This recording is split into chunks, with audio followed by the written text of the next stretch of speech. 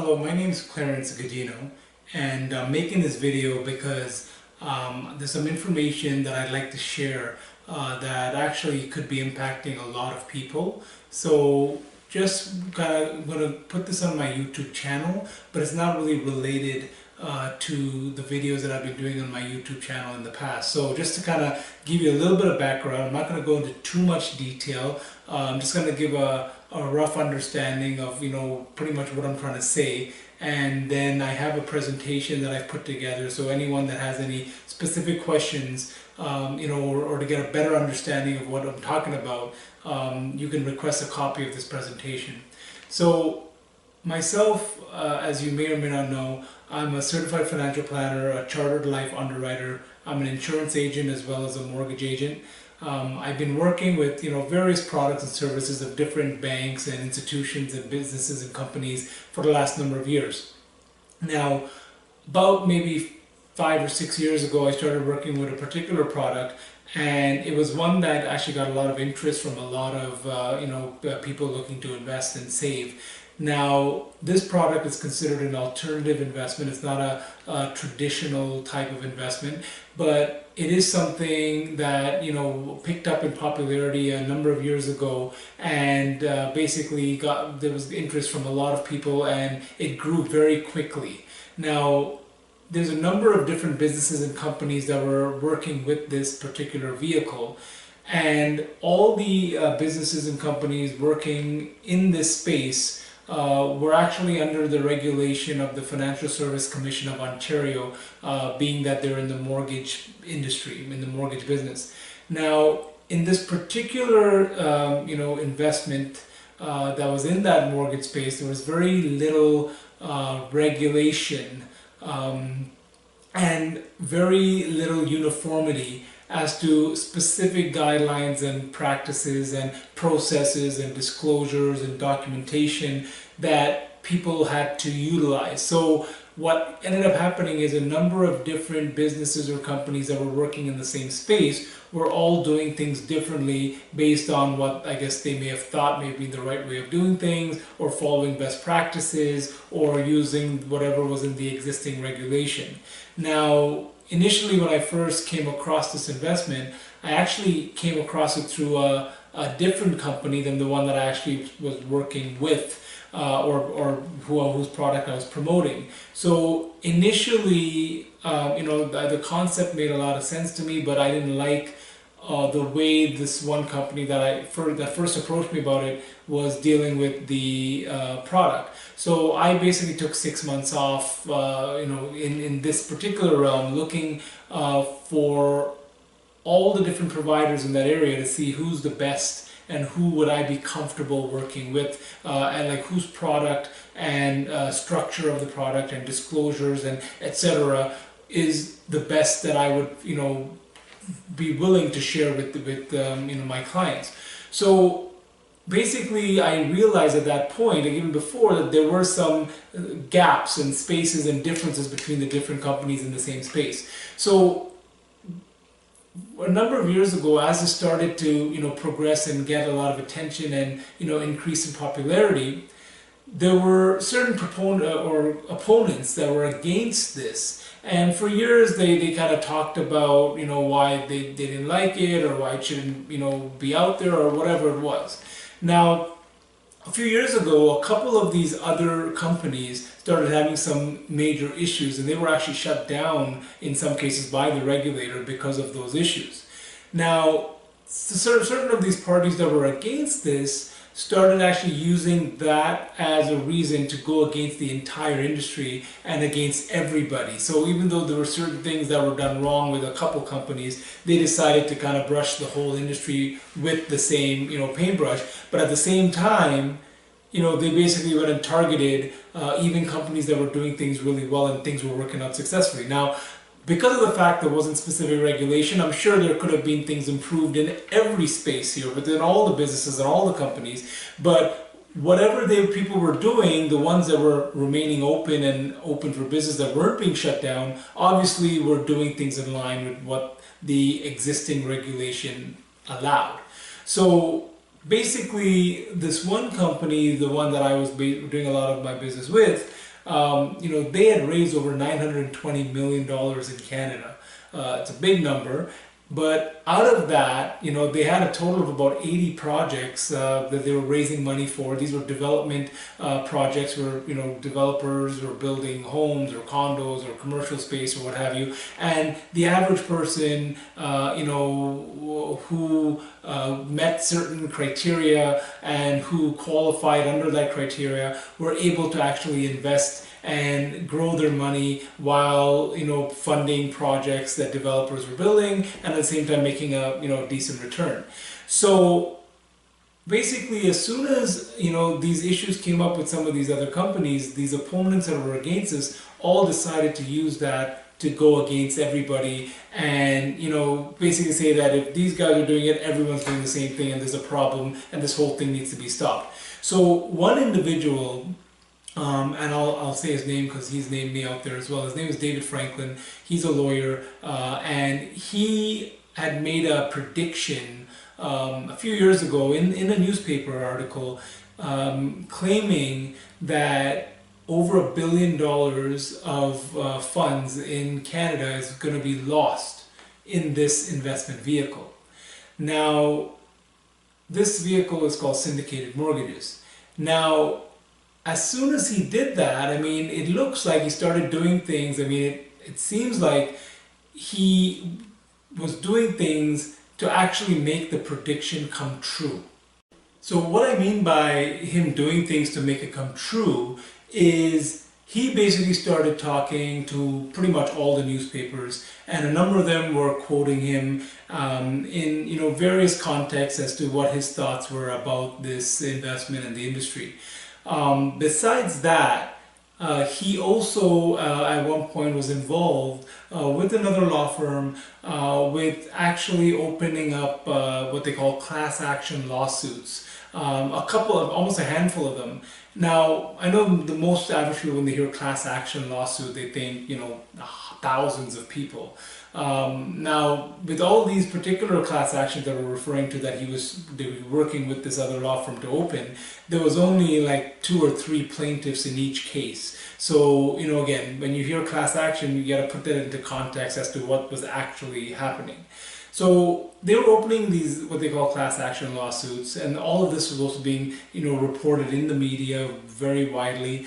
Now, these lawsuits, I'm not going to go into too much detail in them right here, because like I said, there is a presentation I put together. Anyone interested can, have a look at that, and you'll see the documentation regarding these suits in there.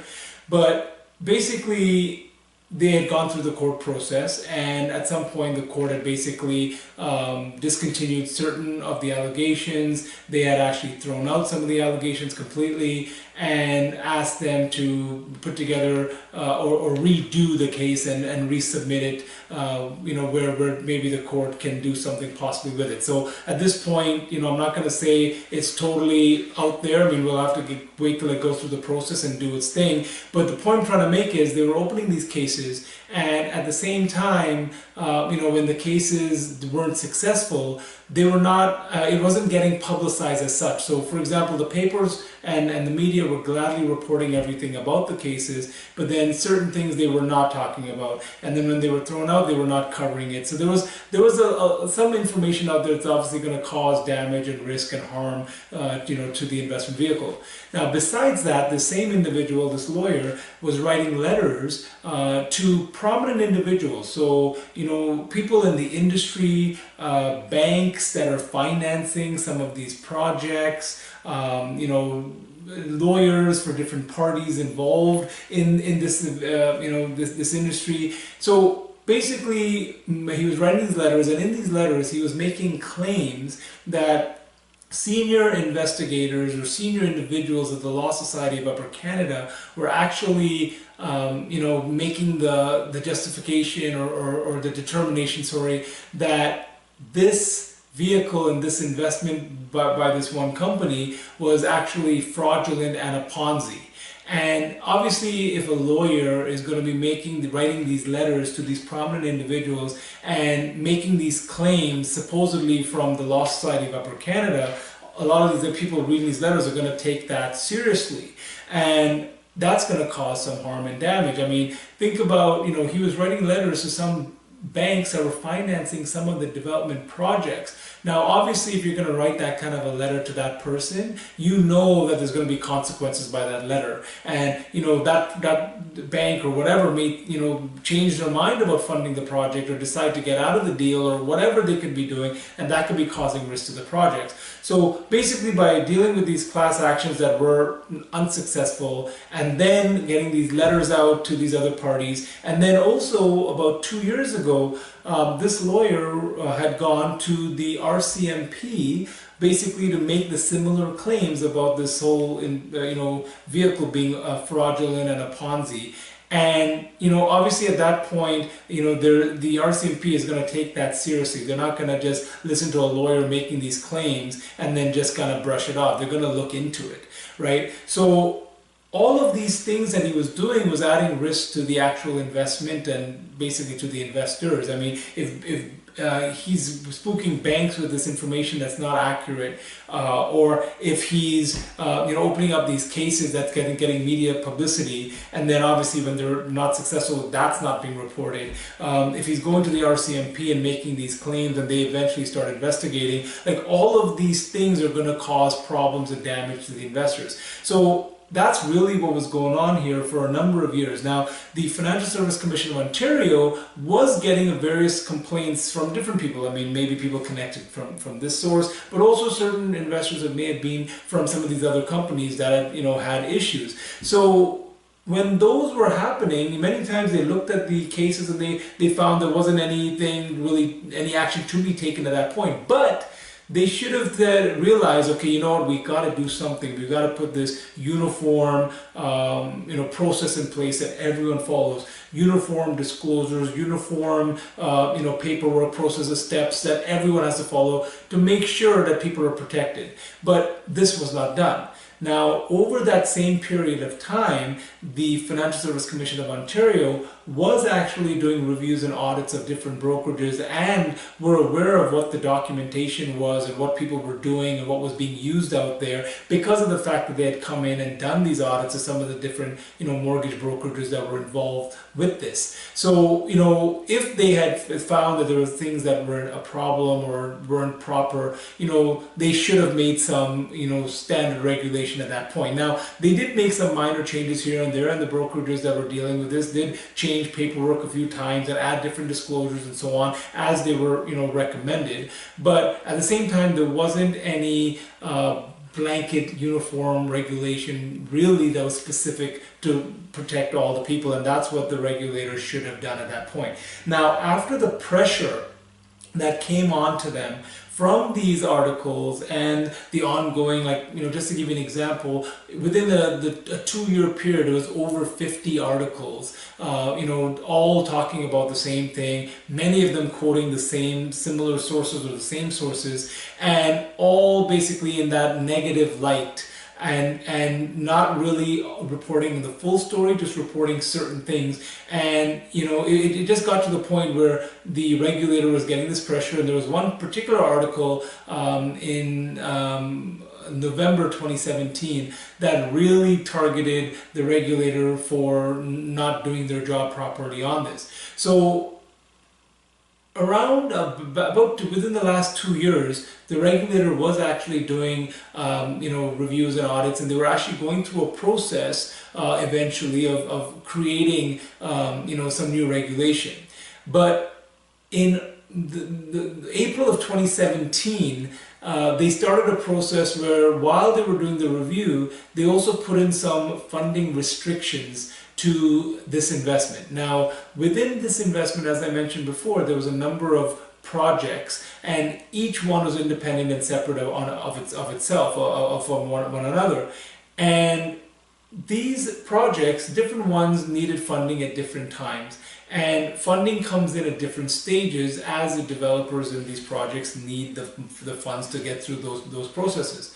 Now, certain projects were in greater need of funding during this period of time where the funding was restricted. Now, obviously, with these type of development projects, in order to get complete and to get done, they need money, and the money has to be coming in. Now, if money is all of a sudden restricted, that's going to pose a challenge. Now, on top of that posing a challenge, because of the media publicity around this for a number of years, and also with what was going on with his lawyer and the publicity behind the class actions and his letters and all those kind of things, a lot of the other people who developers normally would go to get this funding from, they were aware of the situation. So what happens now is, if these projects cannot get funding from their primary source where they're expecting the money to come from, and now they go elsewhere to get it from these other traditional sources, as these other sources are aware of the situation, they're either going to charge more for that same service, knowing that the primary funding source of these projects are not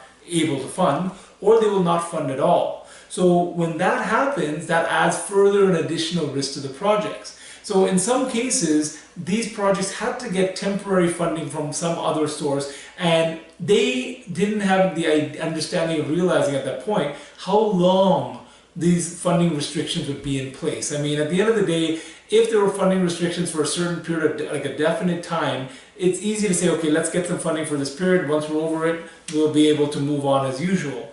But this period went on for a very long time, pretty much almost a year, where no funding was coming in from this source, and the other funding sources were becoming less and less, or less economical, or it didn't really make sense. So that was also adding risk, and at the same time, this lawyer kept talking to the media, they kept reporting certain things, and this is basically what brought the situation to where it is now. I mean, so before April of 2017, it was a completely different story. I mean, sure, there were risks, all investments carry risks, and there were risks in this investment too, and certain projects did have challenges which were part of the expected risks in this investment.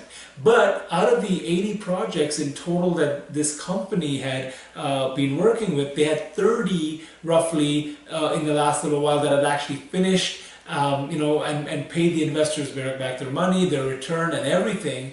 And then all of a sudden, as these challenges started happening, more and more projects were being put at risk because of all of these actions that were coming together. So going back now to the Financial Services Commission of Ontario. Once they completed that review or that period of time where they put those funding restrictions, pretty much it ended with a settlement between the Financial Services Commission of Ontario and 4 different mortgage brokerages that were working, in raising funds or closing transactions for this vehicle. Now, as part of the settlement, the regulator had mentioned that there was no contravention to the Act, but at the same time, they had placed certain, penalties on these brokerages, monetary penalties, as well as the principal brokers in many of the cases of these brokerages had to voluntarily or on consent agree to step down or have their license revoked for a certain period of time, pretty much being penalized as part of this settlement. So when that happened, obviously additional publicity came out about that, but a lot of people, weren't actually reading the documents to see exactly what the terms were and what exactly happened. Basically they just were talking about, oh, these licenses are revoked, there are these penalties, there's these fines, and in the back of their mind they're like, something has to be wrong, and this is basically what was happening, and the media too was reporting in this way. Now, there's a lot of documentation and paperwork out there, and if people really want to, they can take the time and read and kind of look into the court records and the regulatory filings or what have you that's available, and can just understand what's actually going on. But in many cases, a lot of these people just bought into what they were reading in the papers or what certain people were telling them. So here's why I decided to make this video, because things are getting to a point now where there's going to be I know for a fact there's going to be losses, there's going to be major losses. And in fact, just today, we may have been getting the inklings of one of the first major losses, coming here. And I know it's not going to be the last one. I mean, there's no way that any business can deal with, this kind of, over 50 negative articles within a 2-year span, class action lawsuits, regulatory, settlements, the RCMP getting involved and investigating, like all of these things, it just leads you in one direction, and that's not a good one for anyone that's involved that has money that may be at risk.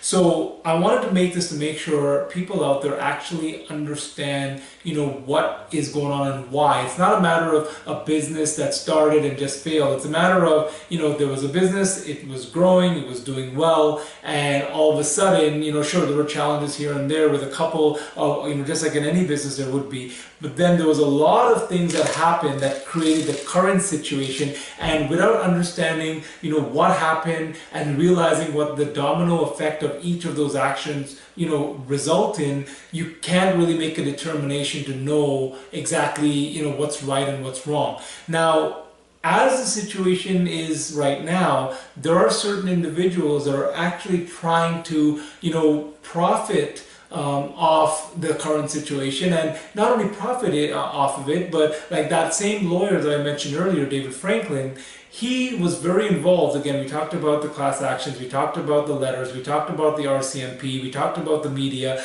we talked about his claim years ago about $1 billion being lost. But he was so much involved in all of these areas that added risk to the projects, added risk to the investors.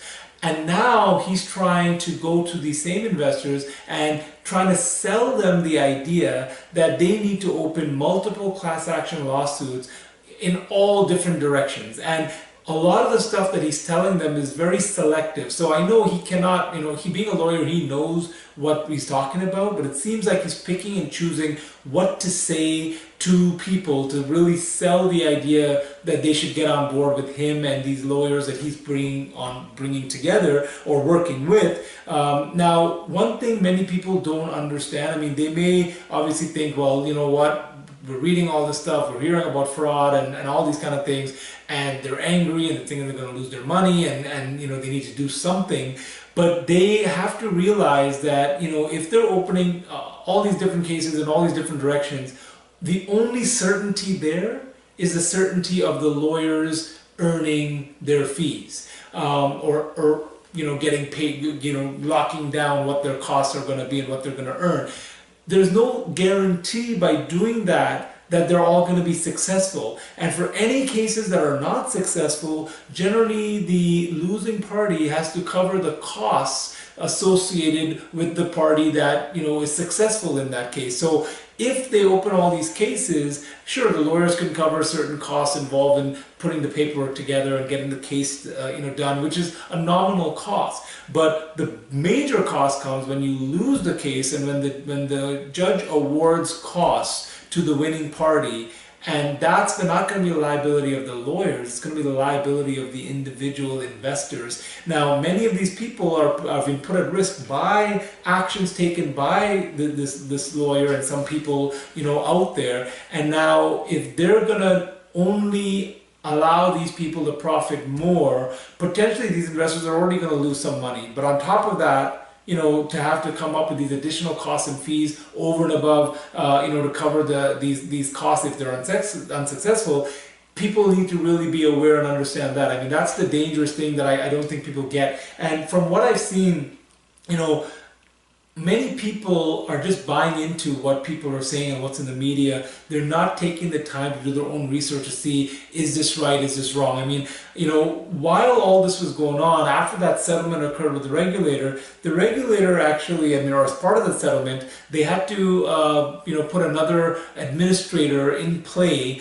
to basically be responsible for, running the administration of the projects that, were being handled by one of the previous brokerages. Now, this administrator, obviously they're doing work, and that work's going to cost money, and they are, a business, and they have to get their fees, and pretty much when they got in play, they wanted to make sure their fees were going to be covered. And they took certain steps to hold funds and money from investors in certain projects that paid the money, because they wanted to ensure that there was money there to cover their fees. And I totally, I don't have an issue with them. I mean, they're a business. They're entitled to earn a profit and to make some money.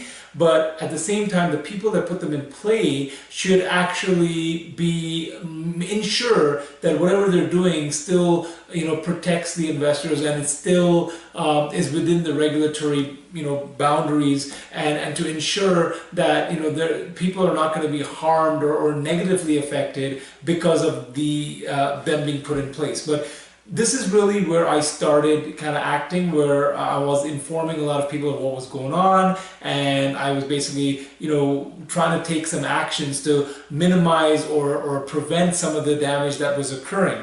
Now, from that point, I kind of realized all of this other stuff that's been going on, and I've been through a lot of court documents. I've read a lot of, regulatory records, and pretty much every article that's out there, and I basically got an understanding of what's being said and what's actually happening.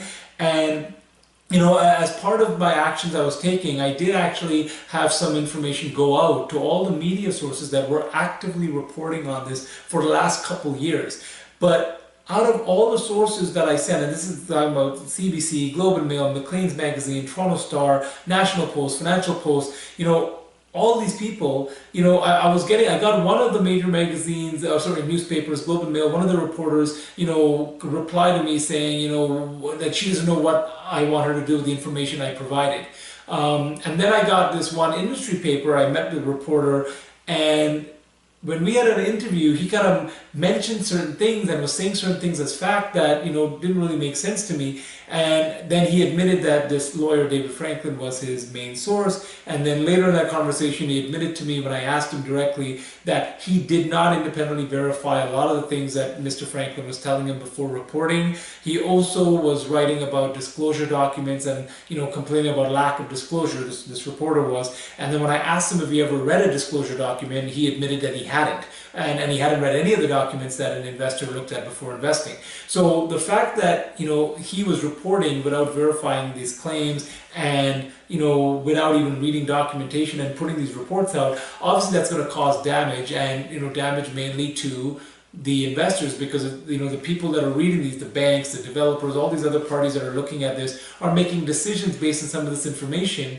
And if banks don't want to fund projects, or they want to get out of projects, or say if the developer who owns the project trying to sell it to another developer, and that developer, because they're reading all this stuff and hearing about all this stuff, decide, hey, why am I going to buy that property at market value? Why not, wait till it fails, or pick it up at a power of sale or at a discounted price, or maybe not willing to pay the proper prices that obviously will cause damage and harm to, people involved in the project, including the investors. So, this is the kind of stuff that I saw that was going on. So I reached out. I even reached out to the RCMP because this lawyer was very much involved in them starting their investigation. And when I reached out, I volunteered an interview to their lead investigator, and he basically just said that they were not interested, and that if I thought I knew anything more, I can give them a call. The guy, the officer didn't even take my contact info. It was just kind of strange the way that happened, and I was worried that this lawyer had influence over their investigation, and that's the reason why I called them and I kind of had pointed out certain things. So after I started, speaking out and saying things, and especially after I met with that one reporter, that had admitted that Mr. Franklin was his prime source, when about a week after that reporter met with me, he had initially told me he was going to offer me an article. And then a week later he calls me and emails me, offering me to meet with him and David Franklin. So I was concerned that I'm like, this reporter obviously is being controlled by this lawyer, because, why else would he, offer a meeting with him? And then half an hour after I got that email from him, I started getting emails from this lawyer. Now, this reporter that originally told me he's going to keep me anonymous, but then he obviously passed this lawyer my information. Over the next 30 to 40 days, that lawyer sent me over 50 emails. All trying to convince me to be on his side, sending me documentation and picking and choosing certain pieces of the information to kind of sell me on what he was saying. So, recently there was an article written by that same reporter, and a number of investors and opponents, including this lawyer, had made a lot of comments under that article. And I decided, this is my chance. I have this presentation I put together. Let me go there and offer it to people. So at least these people on there who may not have all the information can get access to this information and maybe have a better understanding of what's going on and protect themselves, because they're no longer going to be ignorant and be sold an idea. They can come up to their own conclusion after seeing the whole picture instead of just selective pieces of information. So on there, I noticed this lawyer, and he was really adamant. He's always been very aggressive about this, but he was pretty much saying that just because the RCMP had got a warrant to go and investigate and to request some documentation, that was proof that there was fraud done. Basically saying that just because there's a warrant, that a judgment's already been made. Now, obviously, if he's a lawyer that obviously comes in with some maybe wrongly assumed credibility to the RCMP, and they say, okay, you know what, you're coming with this, we need to look into this. Now, as they look into it, and with his whatever he's telling them that they should look into, they're going to say at some point, okay, we need to get some documentation, we need to get a warrant in order to get that information. To get the warrant, they have to go in front of a judge and prove to the judge that there's a potential that some of the claims may be true. And their job then is to prove that to the judge, and in order for the judge to give them the warrant. But that doesn't necessarily mean that what they're saying is actually factual yet. Once they then get that documentation and they find anything in there that may prove their points, then they have to go through the process, go through the court process, and then basically see, is there anything wrong or not? Is there some criminal activity? Is there some fraud? Is there, any of that stuff has to go through that process. But he's there on this forum basically saying, well, it's fraud because there was a warrant. Why would they get a warrant? Why would the judge give a warrant if it wasn't fraud? Now, obviously, any lawyer that's dealing with this will understand this. So there's no way he could not know this. But he's basically saying what he needs to say to get people that are angry, that maybe are not fully aware of all the information, to buy into what he's saying and join him in his crusade of selling all these cases and be the plaintiffs that may eventually be left holding the bag when some of these cases may not work out. Now, I'm not saying that there's something, I'm not making judgment as to saying yes if something was wrong or no. I mean, I'm saying let it go through the process. But what I'm saying at this point is, it may not make sense to go in 10 different directions with multiple cases for investors. That maybe will benefit obviously the lawyers, but not necessarily the investors. So, I want people to be aware, to be careful, make sure you're informed. I mean, remaining ignorant does not help you in any way. And I'm not here to tell you do what I'm saying or believe what I'm saying. I just want you to make sure you know all the information, and that's what I've been doing from the beginning. I'm not telling people what's right and what's wrong. All I'm saying is they need to be aware of the information.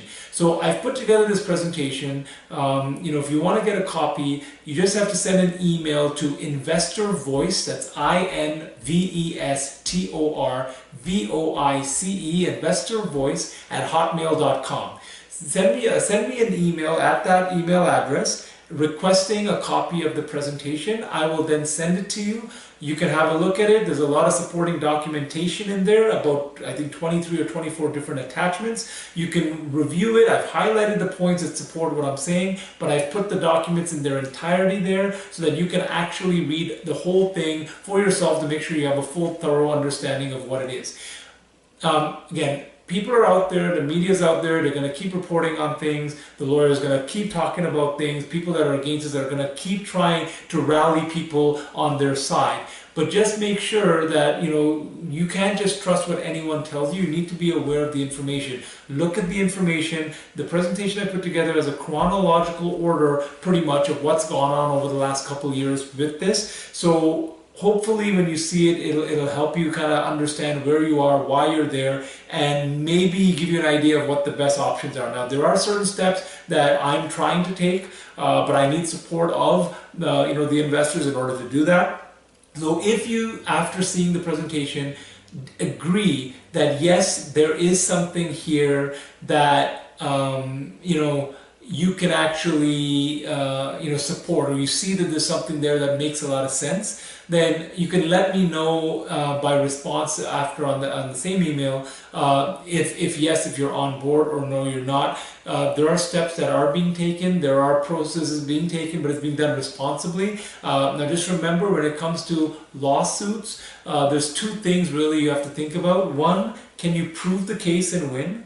Two, when you win, can you collect? So, the way we're handling this is the responsible way. We're not just going aggressively making, inaccurate claims to kind of rally people on our side. What I'm trying to do is get information out, let people read the information, let them understand the information. If they have questions, by all means, let us know. And then we are taking this to certain steps to kind of get this thing resolved. But the main thing is, at this point, there's still a chance that we can minimize the damage. I mean, if the narrative around this can be changed, that can maybe bring some of the banks back to the table, some of the other developers back to the table. It may be able to help the situation a little bit. But this narrative has to get out there. The reason I put the presentation together is because I sent information to the media, and pretty much none of them were interested in what I had to say. I again recently, just the other day, sent more information to editors of certain papers, including some investigative reporters, to see if there's a way that maybe any of these parties will be interested in getting this information out. Remember, I may not have said this earlier, but there's 11,000 people, currently potentially at risk. Actually, it could be as high as 14,000. There's funds that anywhere between $560 and $720 million that also could be at risk. So this is not something small. There's a lot of people. There's a big public interest here. The newspapers have been reporting again and again. They've done this for the last 2 years, and they continue to do this against this. Not really showing the full stories, picking pieces of it and putting it in not really accurate ways, and it's very confusing, and it's obviously getting a lot of people angry just because they don't know the facts. Another thing that I found, and even the reporters reporting on this, many of them are very, I don't know, it's almost like they're so sold on the story that they've been getting from these sources that they're not open to hearing anything different. And same thing on the forum. I remember when I initially started putting some comments, I was getting attacked by some people, some investors, and all I was trying to say is you need to get informed, and here's a way to get information. So the fact that they're getting upset because they don't want to get the information, like they'd rather join a bandwagon blindly than get the information. I mean that's just odd, but that's really what my focus has been throughout this entire thing. And I just want people to understand that, I mean, there's no benefit to me to spend the time and energy and effort that I've been doing. I mean, I'm doing everything for my clients. I mean, for me, it's my responsibility. If I see something that's not being done right, that's actually putting harm and damage to my investors, I'm going to stand up for it and do whatever I can to make sure it's looked after. And at this point, there's a ton of other investors out there that are also going to benefit from whatever I'm trying to do. So I just want as many of them to be aware of this, to protect themselves, make sure they're not taken in places that may take advantage of their current situation. And I want them to understand all the reasons why they're here today, right? So I appreciate your time. I hope you found this helpful. I mean, I couldn't really go over everything here. I mean, it's just a matter of I want people to get that presentation. So remember, send an email to investorvoice@hotmail.com, and then you'll get a copy of that presentation. One last thing I want to touch on. Obviously, I'm here. I'm telling you my name. I'm wide in the open. Some people were basically trying to say that I'm trying to hide the fact that I was an agent. I'm doing this just because I'm an agent, and trying to protect myself. But at the end of the day, it's like, no. I mean, if there's something that's not done right, people need to hear it from someone. And I've been trying to get it out through the normal sources, the normal channels, they're not willing to hear it. So the only way I can get this out is by making the presentation that I did, speaking on this video here, making comments on certain forums and getting that information out. A lot of people have actually engaged, have asked for copies of what I've created, and many of them have actually come back providing support and basically understanding and appreciating the information. So hopefully this will help you as well. I don't know who and how many people are going to see it. Many people watching this are not going to be happy. There's going to be certain people, obviously, like the lawyers and the media and whoever else, that may not really be happy with what I'm doing, but they're not my priority, and I hope you understand that. So thank you for following along with this video. And I actually have one more video that I'm going to be making, so make sure you check that out as well. It's actually going to go over a lot of the inaccuracies that's been reported and to clarify, what's actually the fact compared to what's being reported or what's being talked about. So I think that's very important. I mean, you will see a lot of this in the presentation that I mentioned before, but I'm just trying to put this summary together to make it easier for people to understand. By all means, take the time to read and do your own research as well. So again, thanks for watching this video, and please check the next one that will also add to it as well. Thank you.